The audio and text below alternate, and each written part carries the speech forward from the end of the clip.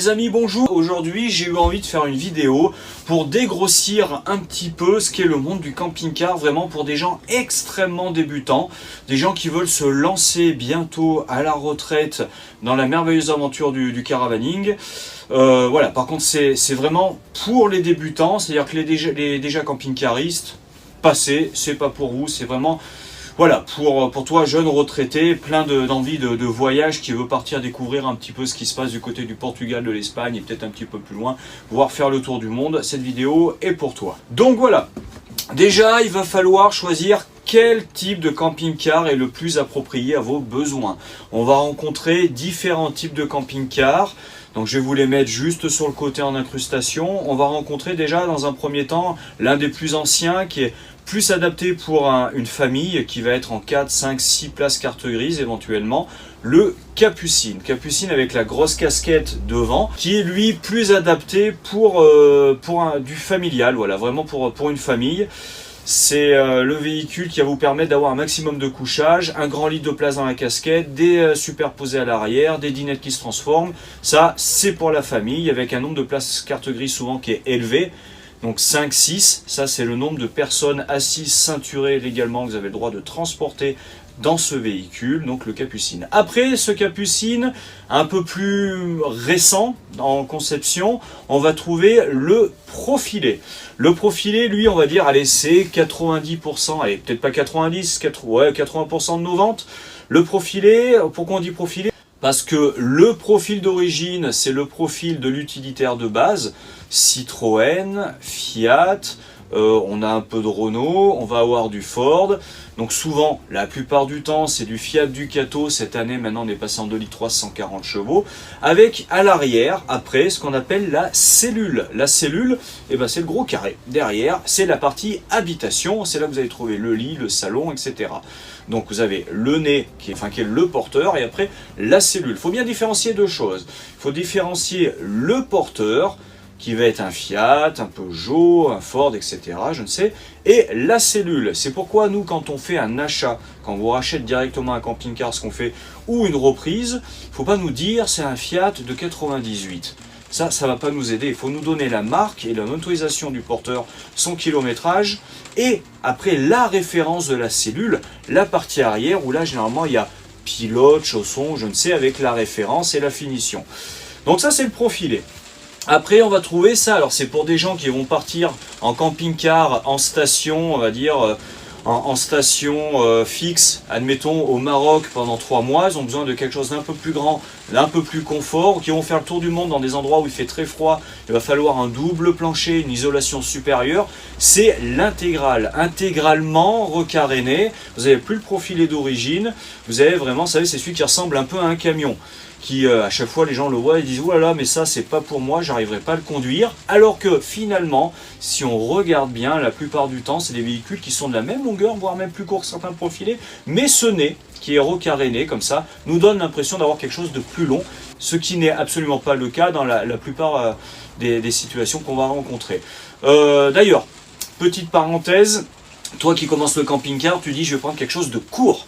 Pour pouvoir le conduire plus facilement, après peut-être le rentrer chez soi, ça c'est un autre problème. Mais pour pouvoir le conduire plus facilement, je vais partir sur un véhicule court. Erreur, le véhicule court, le véhicule long va se conduire de la même manière. Parce qu'en fait, ce qui va rentrer en ligne de compte, c'est plutôt la largeur du véhicule. C'est-à-dire qu'on va avoir les moins larges qui vont être à peu près de 2 mètres, 2 mètres 05 les fourgons. Après, on va passer à 2,30 pour ce qui est des profilés et des intégraux. Alors l'intégral, l'avantage c'est que lui il fait 2,30 sur la totalité. Le profilé va faire 2,05 et après 2,30. Donc on a une meilleure disposition des meubles et un meilleur passage dans les intégraux. Et après on va passer des fois, parfois sur certains, comme Chausson, Trigano, 2,35 de large, 5 cm de plus, ce qui nous permet d'avoir des lits un peu plus grands à l'arrière, des choses comme ça. Donc ça, prenez bien en compte que c'est vraiment la largeur plus que la longueur qui va être compliqué à gérer pour ce qui est de la conduite. Après la conduite entre nous, vous partez, un quart d'heure, 20 minutes, c'est bon, c'est géré, vous avez l'habitude. Le plus compliqué, c'est quand on va faire des marches arrière avec le porte-à-faux. Évitez par exemple quand on est contre un mur de partir directement, de braquer, il faut partir délicat. Si ça monte d'un coup, faites attention si vous avez un porte-à-faux qui est un peu long. Le mieux, à mon avis, si vous débutez, c'est de faire poser une caméra de recul déjà pour voir ce qui se passe à l'arrière. Vous avez la possibilité de mettre des radars à l'arrière, des radars à l'avant pour être tranquille comme ça. Et même à la rigueur, vous faites descendre la personne qui ne conduit pas, qui se met à l'arrière du véhicule à un bras maximum de la caisse pour rester dans l'angle de vision du rétroviseur.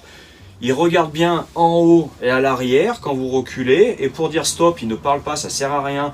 Parce qu'à l'intérieur, le conducteur a le bruit du moteur plus parfois la radio. Vous mettez une claque sur la partie cellule. Dès qu'il y a un bruit, c'est automatique. On met un coup de pied, on freine. Ça, c'est vraiment un automatisme, j'ai envie de dire. Ça fait partie du cerveau reptilien. Vous freinez, il n'y a pas de souci. Donc voilà, donc vous avez le capucine, vous avez le profilé, qui est dans la plupart du cas ce que les gens recherchent. Hein. Le profilé, lit central à 35 000 €, ça, on a des demandes tous les jours. Après, vous avez l'intégrale, le véhicule, le vrai véhicule 4 saisons, avec les eaux sales, les eaux propres, isolées, avec le double plancher, parfois des doubles planchers chauffés, des soutes maxi à l'arrière pour pouvoir ranger tout. Ça, c'est vraiment pour les gens qui vont en faire en hiver, tout le temps, c'est l'intégrale, qui est un petit peu plus cher, mais qui est bien plus équipé. Après, on va passer sur le fourgon, la grosse mode cette année. Le fourgon qui va être plus compact, de 0,5 de large, plus facile en montagne en termes de croisement sur les petites routes de campagne, qui va être plus court, de 5,40, 6 mètres, 6,36 en longueur, donc à garer aussi en ville beaucoup plus simple. Et on a également après encore plus petit le van. Le van, c'est le véhicule qui va faire moins de 2 mètres en hauteur avec le toit relevable pour avoir un lit, ce qui nous permet de passer sous les barres, vous savez, tout simplement, et surtout de pouvoir rouler toute la semaine avec et de s'en servir comme véhicule principal, ce qui nous économise une assurance et puis le prix d'un véhicule, bien entendu. Donc ça, c'est tous les différents types de véhicules, le capucine, le profilé, l'intégral, j'en oublie, le fourgon et le van. Donc déjà, il faut que suivant vos besoins, vous arriviez vous à définir quel type de véhicule il vous faut. Déjà aussi par rapport aussi peut-être à votre budget. Quand on est une famille nombreuse, qu'on a un petit budget pour partir en vacances, le capucine peut s'avérer être une très bonne solution. Pour 20-25 000 €, on peut trouver un véhicule 5-6 places carte grise en bon état. Ça, c'est vraiment le top. Après, le profilé, je dirais que c'est plus pour le couple de retraités qui veut se faire plaisir avec un lit un petit peu grand et un petit peu d'espace. Après, vous avez vraiment le traveler ou la personne, le vrai camping-cariste qui va rester en station pendant longtemps ou qui va faire le tour du monde. L'intégrale. Après, vous avez la personne qui a les enfants à amener à l'école tous les matins, on sait ce que c'est, et qui a besoin de beaucoup de place, 5 places à l'arrière, mais qui veut pas acheter qui a pas la place d'avoir un véhicule dans son jardin. Le van, mais qui veut partir de temps en temps au week-end. Et après, vous avez l'amoureux de la montagne ou le retraité qui veut se faire plaisir. Un fourgon, ça passe partout, ça rentre dans les villes. On peut le laisser dehors, la carrosserie, ça craint pas l'humidité. C'est parfait, c'est comme une voiture. Et ça se revend très très bien entre nous. Donc voilà, déjà il faut définir quel type de véhicule va être le mieux pour vous. Maintenant, on va passer à la partie autonomie. Maintenant, on va passer sur la partie autonomie qui est l'inquiétude principale généralement des primo-excédents en camping-car. Surtout en général l'électricité. Donc l'électricité, n'ayez pas peur, on a tous fait la même erreur, on pense qu'on va vraiment passer notre temps à gérer le niveau d'électricité de notre camping-car, ce qui n'est plus le cas. Ce qui n'est plus le cas, la plus grosse gestion camping-car, c'est l'eau. Ce n'est pas l'électricité. L'électricité, maintenant, on vous met des panneaux solaires. Vous avez des LED partout dans le camping-car. Ça consomme rien, une LED. Vous prenez une LED, vous prenez une pile, vous la mettez dessus, vous l'enlevez. La LED, elle reste allumée pendant 10 secondes alors qu'il n'y a plus la pile. Ça ne consomme rien. À moins que vous ne mettiez la télé toute la journée. Je veux dire, l'électricité, c'est pas le problème. Vous avez en stationnaire, sans rouler, vous avez bien 3-4 jours d'autonomie sans problème. Et quoi qu'il en soit, en camping-car, on roule constamment, la plupart du temps. Donc quand vous roulez, vous rechargez l'électricité. Quand vous avez du soleil, vous rechargez l'électricité. Quand vous pouvez vous brancher, parce qu'en fait, il y a un chargeur intégré dans les camping-cars. Quand vous branchez à l'extérieur, vous rechargez votre batterie. Donc l'électricité, j'ai envie de dire, moi j'ai plus de soucis avec ça personnellement pour une utilisation standard où on roule régulièrement, c'est même plus un souci. Je ne regarde plus ma jauge d'électricité, jamais, quasiment. Je sais pas vous les camping-caristes, mais moi je la regarde plus. Après il y a des installations. Il y a des installations qui vous permettent d'être encore plus autonome si vraiment vous voulez faire être en autonomie totale. partir faire le tour du monde et avoir une vraie autonomie, et surtout pouvoir brancher des appareils sur les prises qui sont comme à la maison, vous savez, les prises 230, parce qu'en fait dans un camping-car l'autonomie se fait en 12 volts. Donc vous avez une batterie de base, souvent on rajoute un panneau solaire, et on a la possibilité, si vous désirez, de mettre 2 batteries, là c'est le top, avec en plus après ce qu'on appelle des boîtiers, des boîtiers qui vont transformer le 12 volts en 230. Donc ça c'est des convertisseurs, on appelle ça des convertisseurs. Par contre le convertisseur c'est pratique, mais ça va vous vider vos batteries plus vite. Donc il y a la possibilité pour, allez on va dire une somme entre 3000 et 5000 euros, ça va dépendre de l'installation, on va faire simple, d'avoir une pile lithium, comme ce qu'on met dans ces téléphones, mais en beaucoup plus gros. Alors là, ça c'est des batteries qui se rechargent extrêmement vite. Dès que vous roulez un petit peu, ça se recharge très très vite. Ça peut se décharger complètement, et surtout ça peut encaisser des grosses pointes comme ça de puissance, et ça peut vous permettre de mettre par exemple des sèche-cheveux, de brancher une Senseo, ce qui n'est pas le cas normalement, de recharger un ordinateur, par exemple un ordinateur portable très rapidement, ou un téléphone plus vite que sur le 12 volts, ou les batteries de votre vélo. Bon, il y a quand même des possibilités avec une batterie AGM généralement, hein. Vous verrez il y a différents types de batteries, mais je ne veux pas trop rentrer là-dedans. Mais donc l'électricité, tout ça pour vous dire que l'électricité c'est plus un souci. Donc comme je vous disais, le gros souci, c'est pas un souci, mais la plus grosse gestion, voilà, c'est le terme un peu plus juste, c'est l'eau.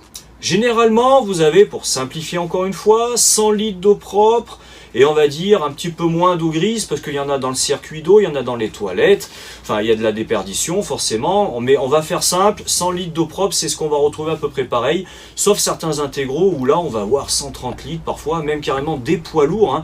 Oui, parce que je vous ai pas dit, mais généralement tous les camping-cars sont en véhicule permis B, hein, donc le permis que vous avez pour conduire votre voiture, et ils sont à la norme VASP. Caravaning, hein, ça c'est sur la carte grise, donc ça vous évite de payer la taxe carbone, pour l'instant.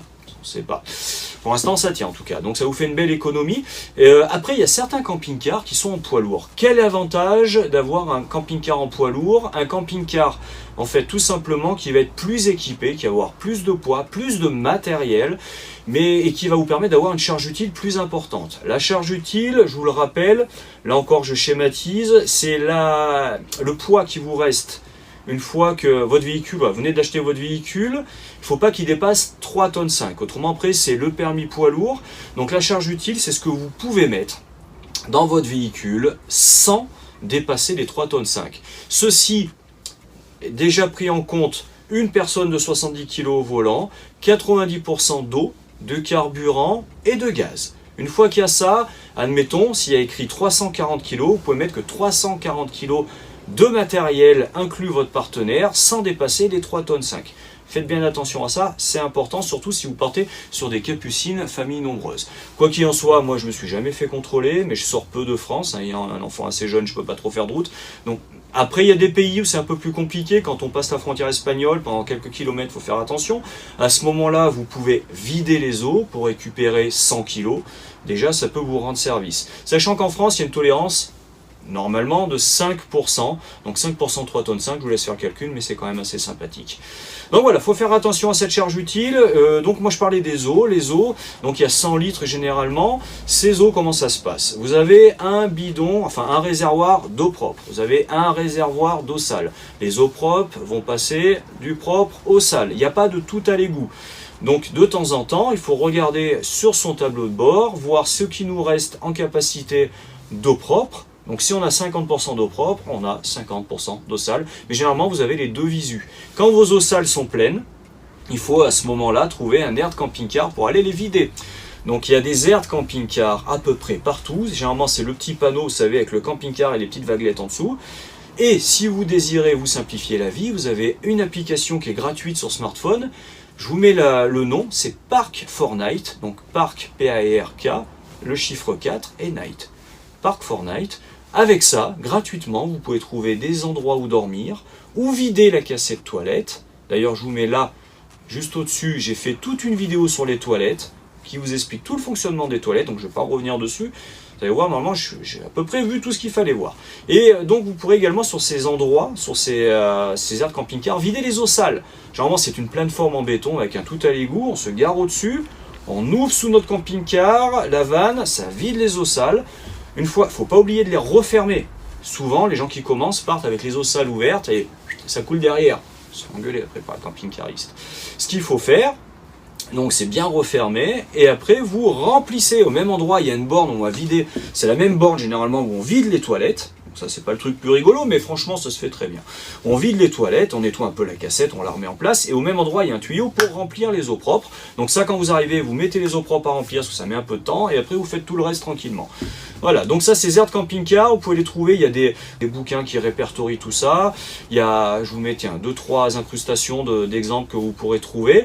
Vous pouvez prendre des logiciels, il y a plein de logiciels gratuits, et après dans tous les petits villages de France, maintenant généralement, il y a un aire de camping-car, ou à peu près partout, hein, parce qu'ils ont intérêt à ce que vous veniez chez eux pour faire marcher un petit peu leur commerce. Donc vous inquiétez pas pour ça, ça se fait très bien. Moi, tous les 2 jours, généralement, quand je pars en camping-car, je m'arrête, je vide les toilettes, je remplis les eaux, tout ça, je regarde même plus mes jauges, je m'embête pas. L'électricité, pareil. Donc on a vu la gestion de l'électricité, on a vu la gestion de l'eau, qui est le plus important, l'eau, hein, finalement, c'est la vie.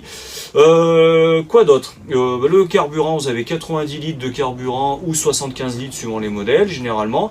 La plupart du temps, les véhicules sont en diesel. Là, maintenant, on va passer plutôt au chauffage, parce que ça, je sais que ça vous inquiète. Le chauffage, 2 types de chauffage pour schématiser encore une fois, allez, on va dire 3 types de chauffage. Le plus courant, c'est la marque Truma qui nous fait un combi qui fait chauffage 4000 ou 6000 watts.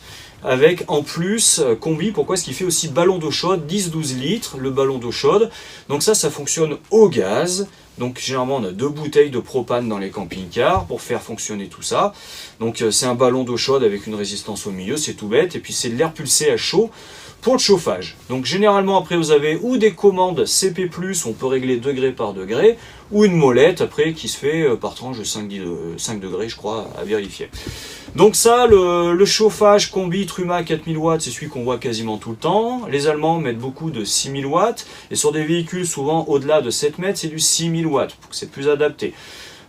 Prévoyez généralement pour le chauffe-eau un petit quart d'heure pour que l'eau soit chaude, c'est pas instantané comme à la maison, faites attention à ça. Bien que maintenant il y a des nouveaux systèmes qui sont en train de sortir, j'ai vu ça chez des confrères qui font des vidéos très très bien d'ailleurs, je le dis au passage, des nouveaux systèmes qui sont plutôt pas mal. Après, l'autre chauffage qu'on va avoir beaucoup, par exemple, la marque Chausson Challenger équipe tous ses véhicules en Eberspatcher, qui est l'équivalent du Webasto, qui met aussi du Webasto bien sûr. Le Webasto, c'est un chauffage qui va fonctionner avec le diesel du véhicule, même si le moteur est éteint. Donc avantage de ça, c'est que si vous allez à l'étranger, du gasoil, enfin du diesel, vous en trouvez partout, que du propane, des fois c'est plus compliqué. Bon, les deux se font bien. Hein. Savoir qu'avec le propane, généralement, en hiver, c'est une bouteille, une semaine. Quand vous partez en été, la bouteille, elle fait un mois, on s'en sert quasiment pas. Donc, elle est là pour la popote et le frigo, donc c'est vraiment... Pareil, le frigo, j'ai fait une vidéo, je mets un lien au-dessus, où j'explique tout sur le frigo, donc je ne vais pas revenir dessus également. Hein. Et le dernier, c'est l'Aldé. Alors l'Aldé, c'est un chauffage, généralement on trouve ça dans les hauts de gamme sur les intégraux. C'est un chauffage, c'est pas de l'air pulsé, parce que l'air pulsé, ça peut des fois un peu assécher la gorge. Puis bon, c'est pas, moi j'ai jamais ressenti ça, mais ça, et puis ça fait un petit peu de bruit quand ça se met en route. L'Aldé, c'est un liquide caloriporteur, je vais y arriver. C'est comme à la maison, c'est comme le chauffage central, il y a des tuyaux qui passent, qui sont chauffés, donc c'est beaucoup plus doux, beaucoup plus agréable. Bon après, ça c'est une option qui coûte un peu plus cher.